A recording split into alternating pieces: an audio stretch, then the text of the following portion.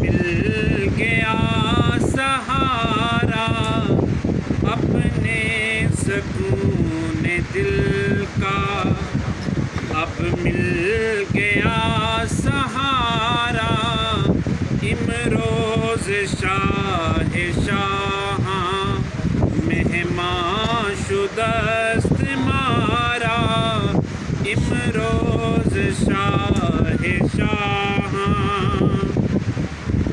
بک کر کسی کے ہاتھوں بے فکر جی رہے ہیں، بک کر کسی کے ہاتھوں بے فکر جی رہے ہیں، ہم خود کسی کے ٹھہرے اب کیا رہا ہمارا، ہم خود کسی کے ٹھہرے اب کیا رہا ہمارا، اور دو جہاں کی خسروی کو وہ نگاہ بر نہ دیکھے، دو جہاں کی خسروی کو وہ نگاہ پر نہ دیکھے، جس پر نظر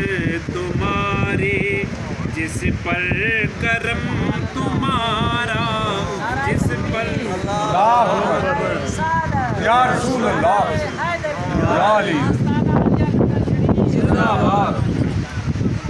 میرے ناز سہنے والے، میری لاج رکھنے والے، میرے ناز سہنے والے، میری لاج رکھنے والے، تیرا در ہے در حقیقت میری زیست کا سہارا، تیرا در ہے در حقیقت، اور میرے جسم و جان کے مالک یہی دل کی آرزو ہے، میرے جسم و جان کے مالک یہی دل کی آرزو ہے، رہے سنگ در سلامت ہے مجھے بڑا سہارا، رہے سنگ در سلامت ہے مجھے بڑا سہارا، یہ ادائے دستگیری کوئی میرے دل سے پوچھے،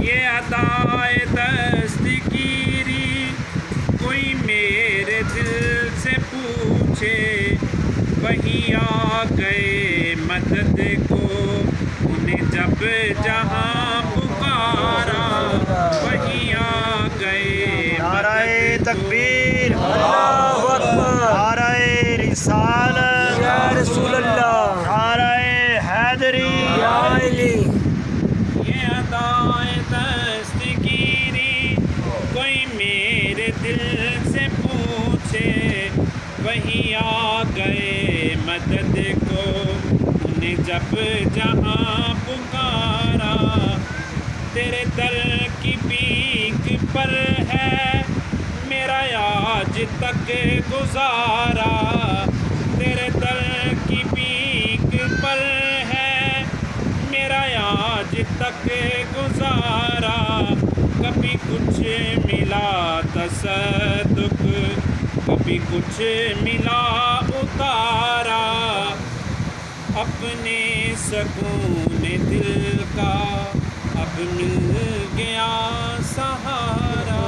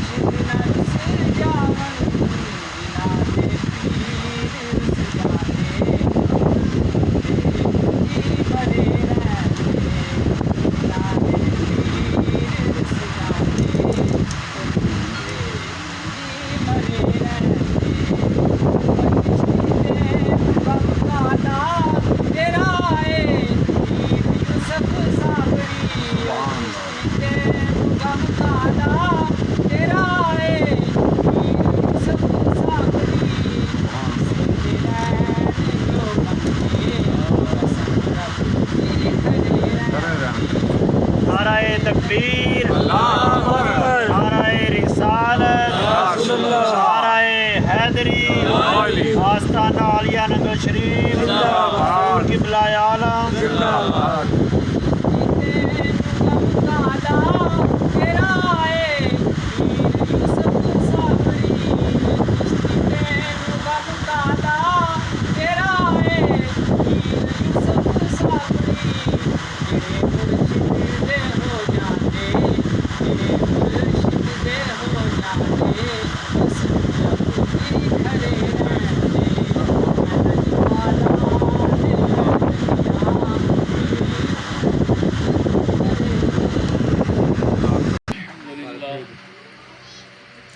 الحمدللہ رب العالمین والصلاة والسلام علی سید الانبیاء والمرسلین وعلی آلہ الطیبین الطاہرین واصحابہ اجمعین اما بعد قد قال اللہ تبارک و تعالی فی القرآن المجید اعوذ باللہ من الشیطان الرجیم بسم اللہ الرحمن الرحیم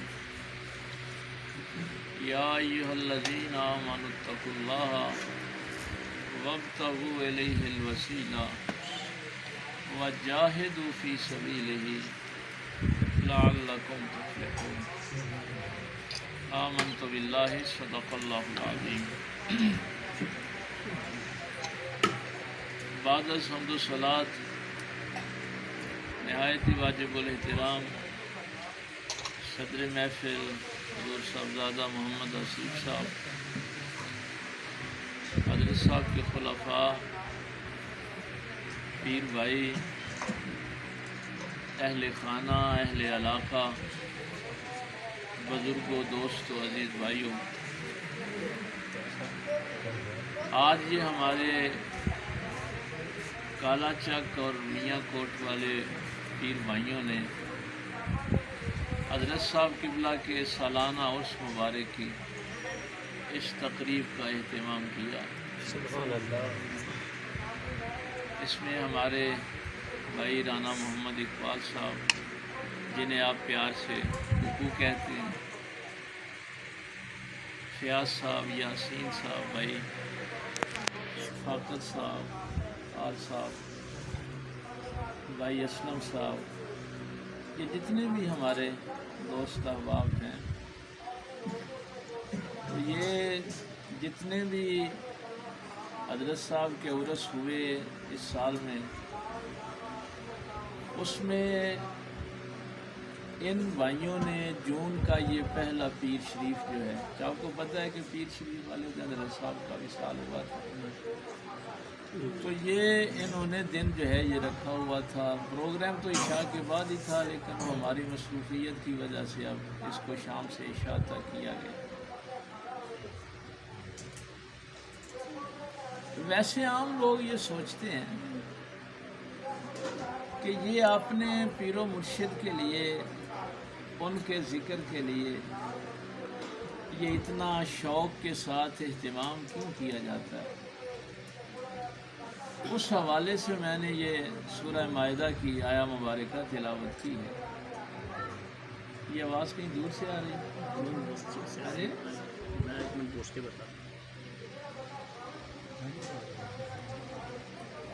اللہ تعالیٰ نے کامیابی کا جو طریقہ بتایا، بات وہ نہیں کرنی جو میری ہو یا آپ کی ہو، بات وہ کرنی ہے جو میرے اللہ کی ہے، سبحان اللہ، جو میرے پیارے رسول صلی اللہ علیہ وسلم کی۔ سبحان، تو میرے اللہ نے مجھے پیدا کیا تو اللہ نے مجھے کامیابی کا طریقہ بتایا۔ اس کے لیے جو پہلی بات ہے، جو پہلی چیز ہے وہ ایمان ہے۔ یا ایھا الذین آمنوا اتقوا اللہ۔ دوسری منزل کیا ہے کہ ایمان والو تقوی اختیار کرو۔ وابتغوا الیہ الوسیلہ، اور اللہ تک پہنچنے کا وسیلہ اختیار کرو. وَجَاهِدُوا فِي سَبِيلِهِ، اور اس کی راہ میں کوشش کرو، جہاد کرو. لَعَلَّكُمْ تُفْلِحُونَ، تاکہ تم کامیاب ہو. اب اس آیت کی جو تفاسیر لکھی گئی اس میں وسیلے پہ جو گفتگو ہوئی، کچھ مفسرین نے لکھا کہ اس وسیلے سے مراد نماز ہے، کہ نماز جو ہے وہ اس کو پڑھو تاکہ اللہ تک پہنچ جاؤ. کچھ لوگوں نے لکھا کہ جتنے بھی اعمال صالحہ ہیں وہ وسیلہ کے طور پہ اختیار کرو، اللہ تک پہنچ جاؤ. لیکن اس میں جو بحث ہے وہ یہ ہے کہ جو بندہ ایمان والا ہے، پہلی شرط ہے نا ایمان، اور دوسری ہے تقوی. جو متقی ہے وہ نماز نہیں پڑھتا. بھائی نماز کے بغیر کو تو متقی ہو ہی نہیں سکتا. جتنے بھی اعمال صالحہ تھے وہ تو تقوی میں ہی آ گئے. اگر اعمال صالحہ ہی وسیلہ تھے تو وہ تو سارے تقوی میں تھے، تو تقوی کی منزل تو پہلے تھی. اس لیے اللہ تعالیٰ نے تیسرے درجے پہ یہ بات ارشاد فرمائی کہ تم نے ایمان کو بھی قبول کیا اور اس کے بعد اعمال صالحہ بھی کیے. چوتھی چیز تھی اللہ کی راہ میں کوشش کرنا، اللہ تک پہنچنے کے لیے کوشش کرنا، اللہ کی راہ میں جہاد کرنا. تو اس جہاد کے لیے صرف ایمان اور تقوی کافی نہیں، بلکہ کسی کا وسیلہ بھی ضروری ہے. وہ جو اللہ کی راہ میں آپ نے جہاد کرنا ہے نا، اللہ کی راہ میں کوشش کرنی ہے، اس کے لیے آپ کو کسی وسیلے کی ضرورت ہے. یہ جو میرا ظاہری جسم ہے اس کے اندر جو مین چیزیں ہیں وہ ہماری سینسز ہیں. یہ 5 سینسز جو ہیں، حواس خمسہ جسے آپ کہتے ہیں. آنکھیں ہیں، کان ہے، زبان سے چکھتے ہیں، ہاتھ سے چھو کے محسوس کرتے ہیں. اسی طرح میرے دل کے اندر جو روح ہے اس کے بھی ایسے ہی حواس ہیں. یہ بنیادی چیز سمجھنے والی ہے. روح کی بھی آنکھیں ہیں، روح کے بھی کان ہیں، روح کی بھی ناک ہے، ایسی طرح اسی کے بھی ایسی سینس ہے. اب یہ جو میرے ظاہری حواس ہیں ان سے میں جہاد نہیں کر سکتا، ان کے ساتھ میں کوئی بڑا کام نہیں کر سکتا. اسی لیے قرآن کریم کی یہ آیت پہلے بھی میں نے بڑی دفعہ آپ سے عرض کی ہے کہ قرآن ان آنکھوں کے اندھا ہونے کو کوئی اتنا بڑا نہیں سمجھتا.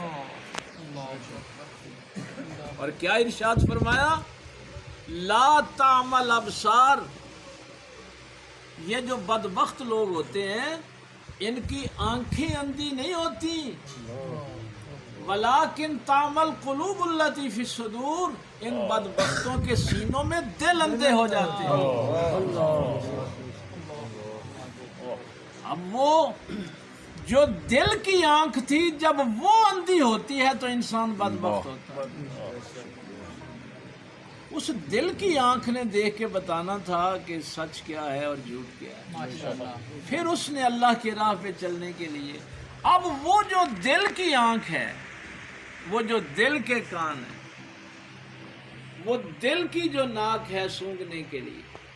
میں جب حج پہ بھی گیا 2016 میں، بڑا عجیب واقعہ میں آپ کو بتاؤں. تو ہم غزوہ احد کے جو شہداء ہیں، احد کے شہداء وہاں حاضری کے لیے گئے تو ساتھ ساتھ سارے کھڑے ہیں. کچھ لوگ کہہ رہے ہیں کہ ماشاءاللہ بڑی پیاری شہداء کی قبروں سے خوشبو آ رہی. اور ہمارے ساتھ ہی کچھ لوگ کھڑے تھے، وہ کہتے ہیں ہمیں تو کوئی نہیں آ رہی. ساتھ ہی لوگ کھڑے ہیں، وہ کہہ رہے ہیں ہمیں تو کوئی نہیں ہے۔ جنت البقیع میں آپ جائیں، سیدہ پاک کی قبر پہ جائیں، سرکار امام حسن کی قبر، لوگ وہاں پہنچتے ہی کہیں گے بڑی پیاری ماشاءاللہ خوشبو آ رہی ہے، لیکن وہیں کچھ لوگ کھڑے ہوں گے بھائی ہمیں تو نہیں آ رہے۔ تو جب ہم ہوٹل میں واپس آئے تو یہ بات چل نکلی کہ یہ کیا ماجرا ہے، جگہ ایک ہے، مقام وہی ہے، انسانوں کے ناک وہی ہے، کچھ کو خوشبو آ رہی ہے کچھ کو نہیں آ رہی۔ تو وہ چونکہ مجھ سے پوچھ رہے تھے تو میں نے، آپ کو پتہ ہے ہم تو قرآن کریم کے طالب علم ہیں، ہماری تو ظاہر ہے پہلی نظر ہی ادھر اٹھتی ہے، اور اللہ تعالیٰ ایسا کرم فرماتا ہے کہ قرآن سے ہمیں ایسی کوئی دلیل دے دیتے ہیں۔ تو میں نے ان سے کہا کہ یہ کون سی عجیب بات ہے، قرآن کریم نے اس کو بیان فرمایا۔ قرآن کہتا ہے کہ جب یوسف علیہ السلام کے بھائیوں نے پہچان لیا، جب ایسے مسافہ کیا نا، قرآن کے الفاظ انہوں نے کہا قالوا ائنا کا لانتا یوسف، چہرے پہ تو پردہ تھا نا، جو ہی ہاتھ میں لایا نا تو کہا کیا تو یوسف ہے؟ سبحان اللہ۔ بنیامین نے پہچانا تھا، اور دوسرے ابھی نہیں پہچان سکے، جو سگا بھائی تھا نا اس نے پہچانا، جس کے دل میں طلب تھی یوسف کو پانے کی اس نے پہچانا۔ قالوا ائنا کا لانتا یوسف قال انا یوسف وہذا اخی، کہا ہاں میں یوسف ہوں اور یہ بنیامین میرا بھائی ہے۔ سبحان اللہ۔ تھوڑی دیر پہلے پتہ وہ کیا کہہ رہے تھے؟ وہ کہہ رہے تھے بادشاہ اس نے چوری کی ہے نا تیرے بھائی نے، بنیامین نے۔ اس وقت وہ بادشاہ سمجھ رہے تھے نا، تو وہ کہہ رہے تھے کوئی بات نہیں، اس کا بھائی تھا ایک یوسف، اس نے بھی پہلے چوری کی تھی، اس نے بھی چوری کی تھی، اس نے کر لیا تو پھر کیا ہوا؟ اب یہ اس کا جواب ہے، یہ آیت آپ نے جب فرمایا نا انا یوسف وہذا اخی، اب شرمندہ ہوئے۔ مختصر ہے وہ واقعہ، میں جہاں آپ کو لے کے آنا چاہتا ہوں، وہاں سے پھر قاصد چلا نا، یوسف علیہ السلام کی قمیض لے کے چلا، تو قرآن کیا کہتا ہے کہ 90 کوس کے فاصلے سے مصر سے وہ چلا، کنعان میں یعقوب علیہ السلام بیٹھے، تو اب فرما رہے بھائی ان کے پوتے تھے، خاندان کے لوگ تھے، کوئی غیر بھی نہیں تھے، گھر والے سارے بیٹھے تھے، اور یعقوب علیہ السلام کیا فرما رہے ہیں؟ ہائے ہائے ریحا یوسف لولا ان تفند، مجھے میرے یوسف کی خوشبو آ رہی ہے۔ بھائی یہ جو خوشبو ہوتی ہے نا، یہ اس ناک سے محسوس نہیں ہوتی، یہ دل کی ناک سے۔ اللہ اکبر، یا رسول اللہ، زندہ باد، زندہ باد۔ بھائی یہ ناک جو ہے نا یہ محدود ہے، چند فٹ تک یہ خوشبو محسوس کرے، لیکن جو یہاں بیٹھ کے مدینے کی خوشبو بھی محسوس کرتے ہیں نا، وہ دل کی ناک سے کرتے ہیں، سبحان اللہ، وہ اس ناک سے نہیں۔ سبحان اللہ۔ جو یہاں بیٹھ کے آنکھیں بند کر کے مدینہ دیکھتے ہیں، وہ دل کی آنکھ سے دیکھتے ہیں۔ یعقوب علیہ السلام نے جملہ بڑا پیارا کہا، آپ نے پتہ کیا فرمایا؟ قرآن کریم ہے، کون سی میری بات ہے، آپ نے فرمایا اگر تم یہ نہ کہو کہ بڈھا سٹھیا گیا ہے، اللہ اللہ، جب یہ میں بات کہنے لگا ہوں نا، جب یہ میں بات کہوں گا تو آنا بابے دا نا دماغ نہیں ہوں کام کرنا، اگر تم یہ نہ کہو تو میں تمہیں بتاؤں مجھے میرے یوسف کی خوشبو آ رہی ہے۔ سبحان اللہ۔ تو یہ دونوں باتیں بتائیں کہ جن کے دل کی ناک بند ہوتی ہے نا، وہ بجائے اس کے کہ بات مان لے کہ خوشبو آ رہی ہے، وہ الٹا اعتراض شروع کر دے گا۔ تو اعتراض کون کرتے ہیں؟ جن کے دل کی آنکھیں بند ہوتی ہیں، دل کے کان بند ہوتے ہیں، ان کے پاس آپ قرآن بھی پڑھتے ہیں، کوئی اثر نہیں۔ اب یہ وسیلے میں آپ کو یہاں اس لیے لے کے آنا چاہتا تھا کہ اگر دل کی آنکھ بند ہو گئی ہے تو کوئی ایسا وسیلہ اختیار کرو کہ تمہاری اس آنکھ کو کھولے، سبحان اللہ، تمہاری اس کان کو کھولے، تمہاری اس ناک کو کھول دے جو اصل خوشبو کو محسوس کرے۔ کئی دفعہ قرآن کریم میں اور بھی بہت سی مثالیں ہیں۔ میرے پاک پیغمبر صلی اللہ علیہ وسلم کے دور میں ایسی بات ہے۔ اب وہ سائنس والے پیمائش کر کے کوئی 1800 کلومیٹر کا فاصلہ بتاتے ہیں۔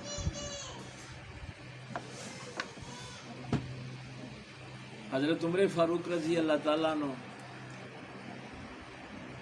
مسجد نبوی شریف میں ممبر پہ بیٹھے اور ساری 1800 کلومیٹر دور کیا بات ہے۔ بے شک۔ اچھا وہاں بھی بڑی عجیب بات ہے۔ یہ میں جب پنجاب یونیورسٹی انسائکلوپیڈیا دیکھ رہا تھا نا، تو وہاں میں نے بڑی عجیب بات پڑھی کہ یہ جو وائرلیس ایجاد ہوئی ہے، پہلے وائرلیس ایجاد ہوئی تھی، پھر یہ آپ کے فون جو تھے یہ کیبل وغیرہ، اور پھر اب یہ اس کی بنیاد وائرلیس سے ہوئی ہے، یہ سارے اس سسٹم۔ تو وہ کہتے ہیں کہ اس نے اسی چیز کو دیکھا تھا کہ جب حضرت عمر فاروق نے آواز دی تو وہ آواز جو تھی وہ فضا میں پھیل گئی، ہوا میں یکساں پھیل گئی۔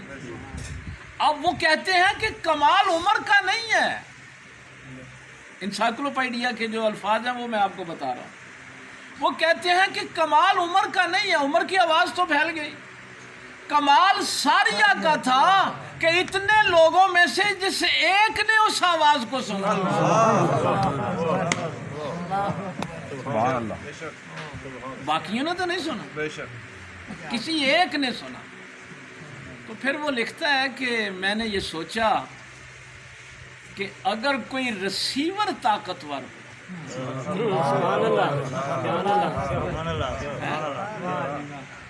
آواز دینے والی کی کوئی ایسی بات نہیں ہے، اور میں یہاں بیٹھ کے یا رسول اللہ کہتا رہتا ہوں میرا کوئی کمال نہیں، اس رسیور کا کمال ہے۔ اللہ اکبر، یا رسول اللہ، کیا بات ہے۔ اب وسیلہ پتہ ہے کسے بنانا؟ جو رسیور کمال کا، اور تیری دل کی آواز نہ بھی ہو، تیری زبان کی کو بھی سن لے۔ سبحان اللہ، وہ بڑا بعد کا پھر موقع ہوتا ہے کہ میں دل میں ہی کوئی بات سوچوں تو وہاں پہنچ جاؤں۔ سبحان اللہ، ماشاء اللہ۔ تو وہ کہتا ہے کہ میں نے پھر کہا کہ اگر میں رسیور بنا لوں نا ایک جو اس آواز کو ریسیو کر سکے، اس کائنات میں اصل میں وسیلہ وہی لوگ بنے جو ریسیور تھے۔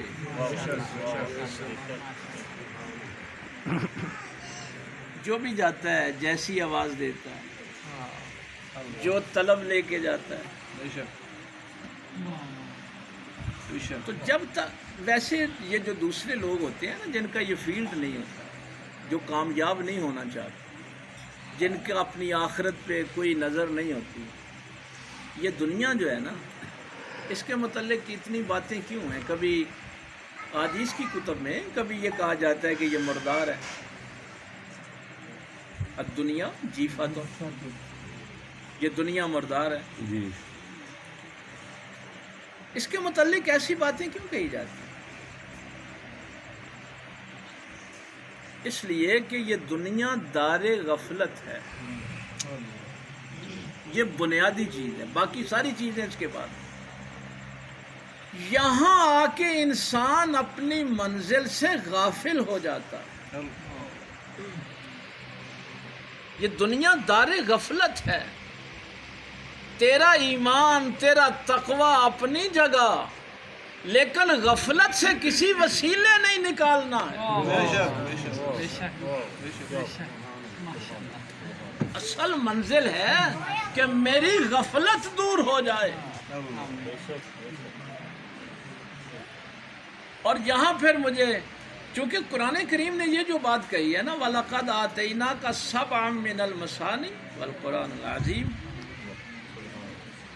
ہم نے 7 آیتیں بھی نازل کی اور قرآن بھی نازل کی، یعنی 7 آیتیں اور قرآن برابر ہیں۔ سورہ فاتحہ 7 آیتیں اور قرآن برابر ہے۔ لیکن بات تو وہ ہے نا جو بابا فرید سرکار نے فرمائی تھی کہ مولوی صاحب آپ نے سورہ فاتحہ تو پڑھی، مٹی گڑ نہیں بنی، اس لیے کہ فاتحہ تو وہی تھی لیکن زبان فرید کی تھی۔ اللہ پاک محمد 4 یار حاجی خواجہ قطب فرید، اب یہاں بھی کیا بات ہے شاہ، سبحان اللہ، صراط الذین انعمت علیہم، دیتا اللہ ہی ہے، سب کچھ اللہ نہیں عطا کرنا، لیکن اس نے میں نے ایک دفعہ آپ کو یہ مثال بھی دی تھی کہ اللہ تعالیٰ نے پانی زمین کے نیچے رکھ دیا ہے، اس زمین کے نیچے پانی رکھ دیا، ہم سب کو پتہ ہے، لیکن میں وہ پانی حاصل کسی نلکے سے ہی کر سکتا ہوں، میں ہر جگہ سے وہ پانی لے نہیں سکتا۔ قرآن کہتا ہے صراط الذین انعمت علیہم، او بھائی انعام تقسیم کرنے کے لیے اللہ نے کچھ بندوں کی ڈیوٹی لگائی، نعمتیں دیتا ہے لیکن نعمتیں دینے کے لیے کچھ انسانوں کی ڈیوٹی لگائی، وہی انسان اصل میں تمہارا وسیلہ ہے جو تمہیں غافل نہ ہونے۔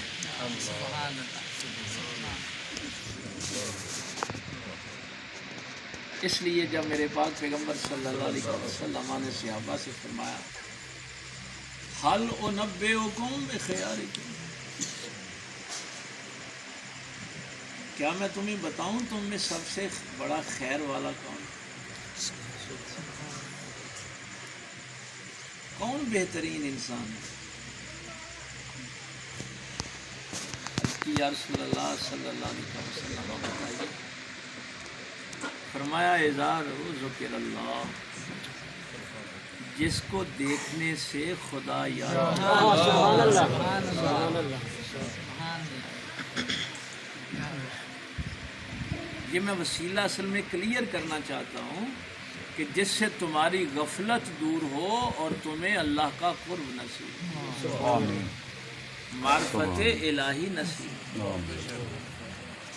انسان جتنے بھی گناہ کرتا ہے غفلت میں کرتا ہے، اور مرشد کا کام یہ ہوتا ہے کہ غافل نہ ہونے